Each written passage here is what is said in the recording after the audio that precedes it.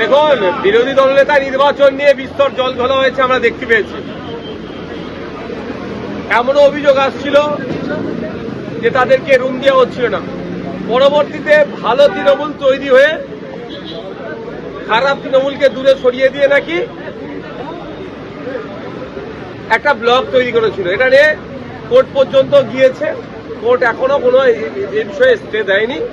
অর্থাৎ সেই ঋতব্রত বাবুই এখন বিরোধী দলনেতা হিসাবে ভূমিকা পালন করছে।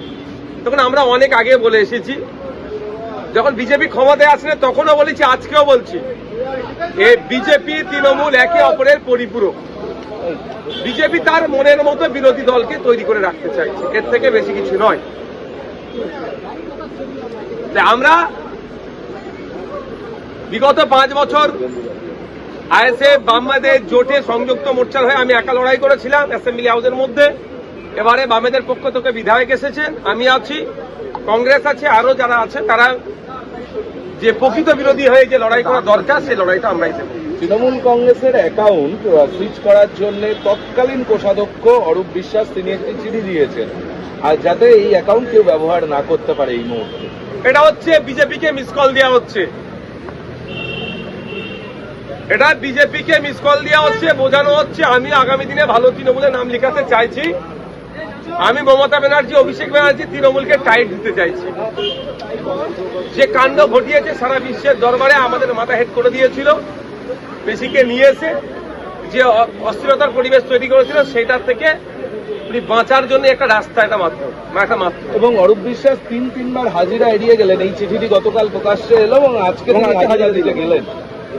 আমি তো আপনার প্রশ্ন করার আগেই তো আমি বললাম, এটা যেভাবে ভালো তৃণমূল খারাপ তৃণমূলে বাছাই হচ্ছে, মনে হচ্ছে যেন 90% তৃণমূল ভালো ছিল, 10% খারাপ ছিল। তাই 10% তৃণমূল খারাপ থাকার জন্য এত বড় নির্বাচন করার দরকার ছিল।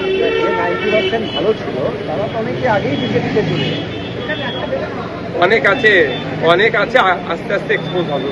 তৃণমূলের তরফ থেকে একটা দাবি করা হচ্ছে যে অরূপ বিশ্বাসকে তারা 5 তারিখে ট্রেজারারের পদ থেকে সরিয়ে দিয়েছে, অথচ অরূপ বিশ্বাস এই চিঠি লিখলেন 12ই জুন এবং 16ই জুন ব্যাংক সেটা অ্যাকসেপ্ট করবে। দেখুন, ব্যাপারটা হচ্ছে কে কবে করেছে না করেছে সেটা তো তৃণমূলের অভ্যন্তরীণ পলিসির ব্যাপার, আমি জানি না, সেটা প্রকাশ বলতেও পারবো না। যদি সরিয়ে থাকে তারা চ্যালেঞ্জে যাবে এর এগেনস্টে।